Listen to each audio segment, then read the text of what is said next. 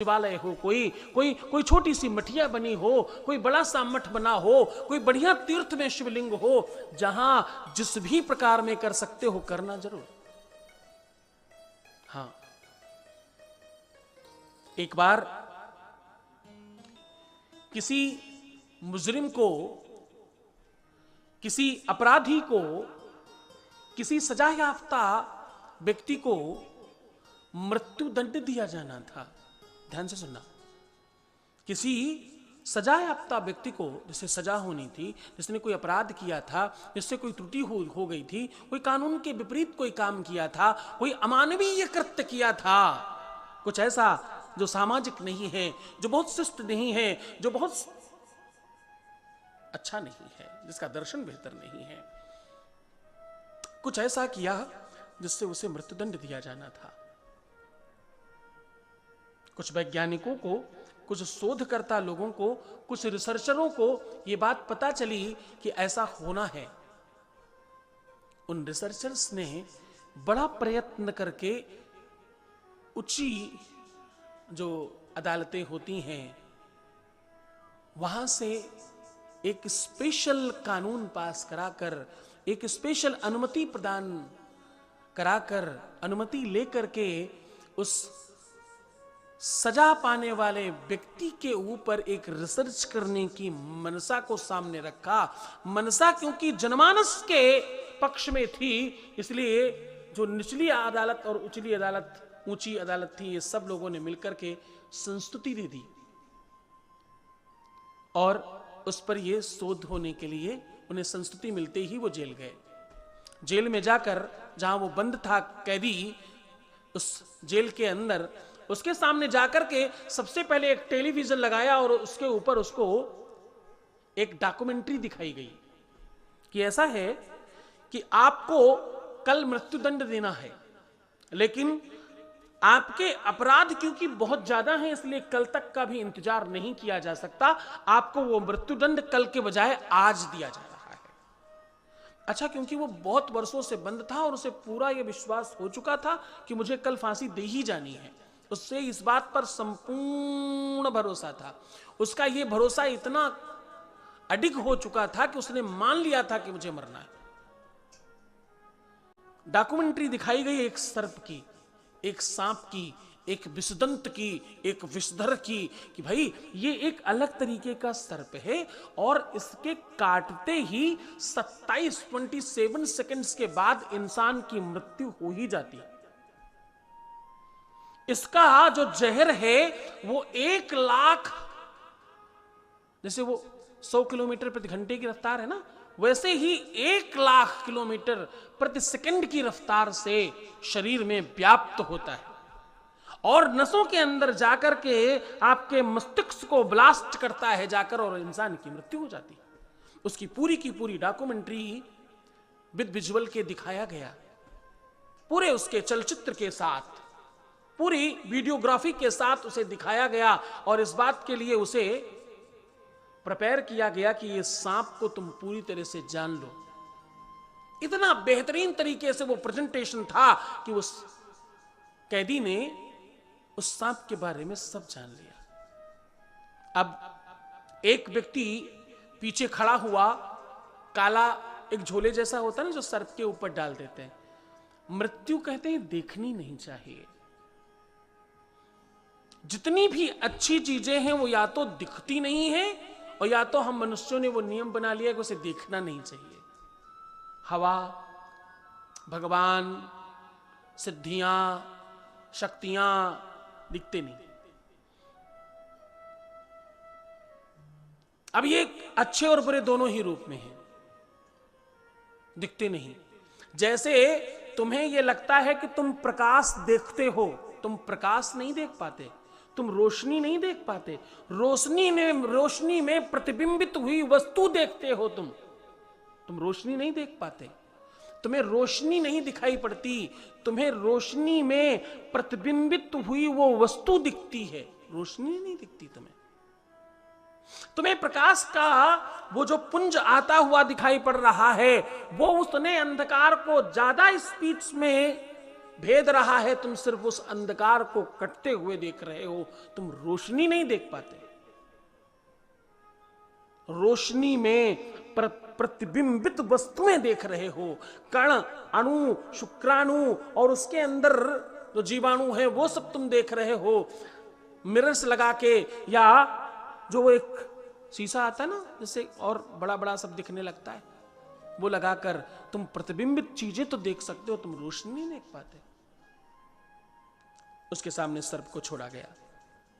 जैसे ही सर्प उसके पास पहुंचने वाला था, उसके ऊपर वो काला वाला जो बैग जैसा होता, झोले जैसा, वो डाल दिया गया और पास में खड़ा व्यक्ति इस सर्प को उठाकर 2 सुई पकड़ी उसी प्रकार से जैसे सर्प के दांत होते हैं और उसने चुभा दिया उसके पैर में। सर्प को हटा लिया गया। सर्प ने उसे नहीं काटा, सुई से चुभाया गया उसको। आश्चर्य तो तब हुआ जब जैसे ही सुई चुभाई गई और उसके 27 सेकंड के अंदर वो आदमी मर गया। उस व्यक्ति की मृत्यु हो गई। उस व्यक्ति ने वैसे ही प्राण त्यागे जैसे डॉक्यूमेंट्री में दिखाया गया था। वैसे ही उसका मन मस्तिष्क ब्लास्ट हुआ, वैसे ही उसकी नसें फटने लगी और वैसे ही पूरा शरीर नीला पड़ गया और बिल्कुल वैसे ही वो इंसान मर गया, उतने ही सेकंड में मर गया। अब ये बड़ा आश्चर्य था कि सर्प ने काटा नहीं, उसके बावजूद बिल्कुल सर्प की तरह कैसे मर गया। अब क्या हुआ, इसका पोस्टमार्टम कराया गया। अगला सबसे बड़ा आश्चर्य तब पाया गया जब उसके शरीर में उसी सर्प का जहर पाया गया। क्या क्या पाया गया? उसी सर्प का जहर उस इंसान के शरीर में उतना ही पाया गया जितना एक बार काटने से शरीर में जाता है। पोस्टमार्टम में साफ लिखकर आया, फला फला सर्प के काटने से इसकी मृत्यु हुई है और उसके शरीर में जहर पाया गया।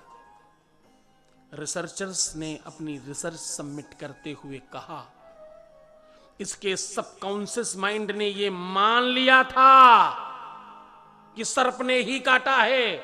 उस सबकॉन्शियस माइंड की ताकत ने शरीर में वही जहर बना लिया, क्रिएट कर दिया शरीर के अंदर वही जहर। यानी दुनिया के हर प्रकार के जहर भी तुम्हारे शरीर में विद्यमान है। तभी तो कहते हैं सुबह सुबह उठते समय बिना कुछ बोले किसी को काट लो तो जहर फैल सकता है उसके शरीर में। जहरीले कम नहीं हो तुम। बाबा शिव ने तो विष पिया है, तुम बिना विष किए बहुत जहर रखते हो अपने अंदर। ईर्षा का जहर, द्वेष का जहर, पाखंड और प्रपंच का जहर, क्रोध का जहर, एक दूसरे को नीचा दिखाने वाला जहर, किसी को खत्म करने का जहर, अपने आगे किसी को बढ़ने नहीं देने वाला जहर, और जाने क्या क्या क्या क्या कौन कौन सा जहर तुमने अपने अंदर रखा तो है।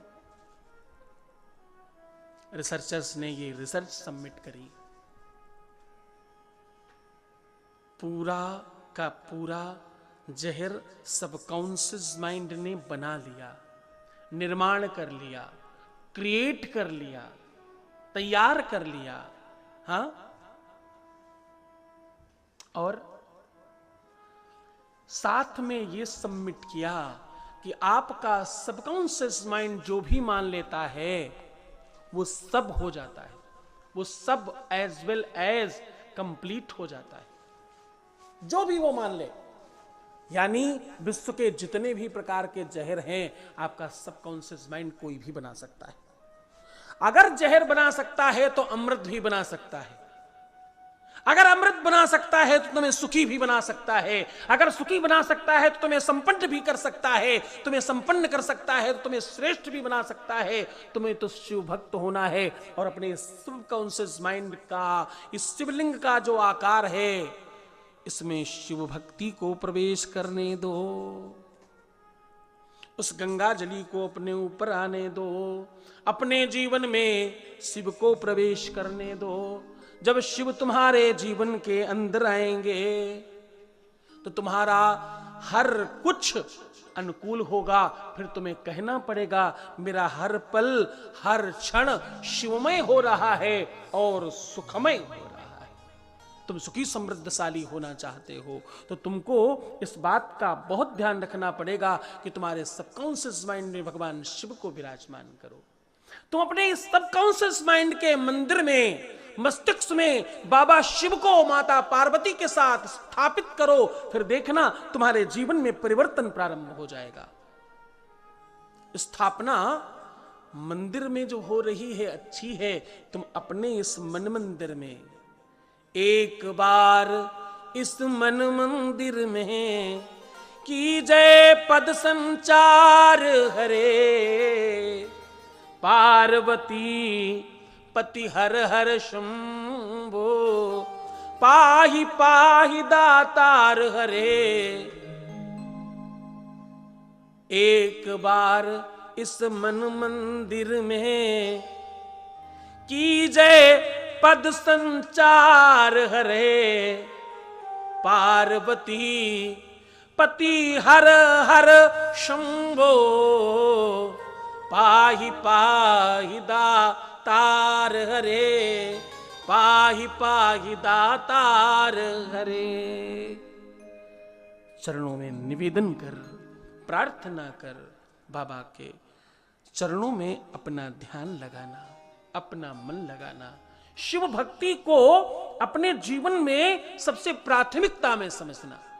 अगर तुम जब जिम जाते हो, हाँ, एक्सरसाइज करने जाते हो, तो शुरुआत में 500 ग्राम उठाने में तकलीफ हो रही है, बाद में तुम 5-5 किलो, 10-10 किलो, 20-20, 50-50 किलो उठाने लगते हो। हाँ, अभ्यास से, तुम्हारे अभ्यास से अगर तुम